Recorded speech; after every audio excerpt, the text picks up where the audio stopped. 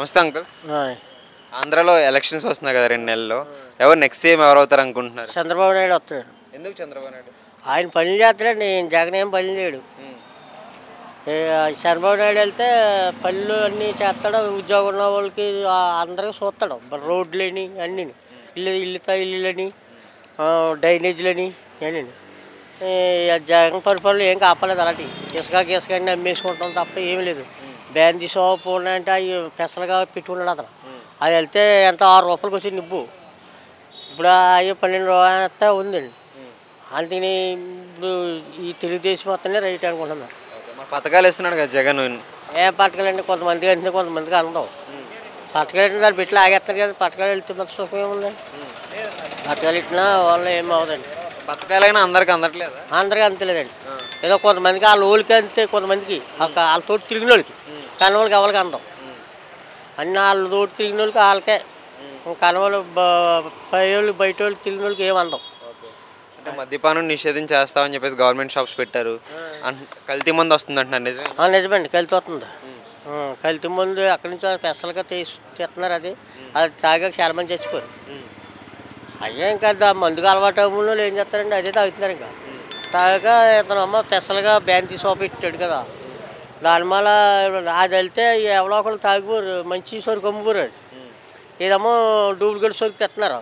ఇతను స్పెషల్లో సరుకు ఇది. దాని మీద కొంతమంది ఎవ్వి చచ్చిపోతున్నారు. చాలా మంది చెప్తున్నారు. మరి రోడ్స్ కానీ డెవలప్మెంట్ ఎలా ఉంది విలేజ్ల సైడ్? మా సైడ్ ఏం లేదండి. మా రోడ్డు గట్ట ఏమి పెద్ద లేదు. ఏమి వేస్తారు. డ్రైనేజీలు అన్నీ రోడ్లు అన్నీ పోయి ఉన్నాయి. ఇంకా పరంగా యువతకి ఎలా ఉంది? జాబులు లేవు. వాళ్ళు బాధపడుతున్నారు. వాళ్ళు జాబులు చదివేశారు కానీ వాళ్ళకి ఏమి వస్తలేదు పాపం. వాళ్ళు బాధపడుతున్నారు. స్కూల్స్ డెవలప్ చేశారని అంటున్నారు కదా. స్కూల్స్ ఎలా ఉన్నాయి? స్కూల్ ఒకటండి. అది ఒకటే చేసాడు అంతే. ఇంకా కనబడి ఏం చేసాడు? 3 రాజధానాలు కడతాడు. ఎందుకంటే లేకలేని ప్రోగ్రెసాలు 3 రాజధానాలు ఎక్కడ కడతాడో? ఒకటి కట్టి వెళ్ళలేదు ఇప్పటికి. ఇంకా 3 ఎక్కడ కడతాడో? మళ్ళీ ఛాలెంజ్ యుద్ధం అంటున్నాడు. యుద్ధం ఏంటి? యుద్ధం అంటే యుద్ధం వాడి గెలుస్తాడా? ప్రజల్లో రావాలి అది. అంతేగాని యుద్ధం చేద్దాం, యుద్ధం అవుతుంది అంటున్నాడు. యుద్ధం ఏం చేస్తాడు? ఎవరితో చేస్తాడు యుద్ధం? ప్రజలతో చేయాలి యుద్ధం. మీరు ఎవరిని గెలిపిద్దాం అనుకుంటున్నారు? మా చంద్రబాబు నాయుడు వస్తామే 9 మంది. మరి చంద్రబాబు వస్తే ఎలాంటి మార్పులు వస్తాయి అనుకుంటున్నారు? వస్తాయండి. అట్లా ఏంటంటే రోడ్లని తలాలని కొంతమంది ఉద్యోగాలు లేని వాళ్ళకి ఉద్యోగాలు అన్నీ చూస్తాడు అతను. దానివల్ల కొంతమంది తెలుగుదేశం ఇల్లులన్నీ ఆ రోడ్లని డ్రైనేజీలని ఇలాంటివన్నీ బాగా చూస్తాడు.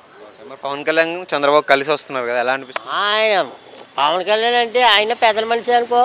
మరి ఇప్పుడు మటుకు రాలేదు కదా. నగ్గలేదు కానీ సొప్పలేం. గెలిపిస్తారు మరి ఎమ్మెల్యేగా. ఎమ్మెల్యే అంటే సొప్పలేం. కొంచెం సీట్లు వస్తాయి, కొంచెం సీట్లు రాపోవచ్చు.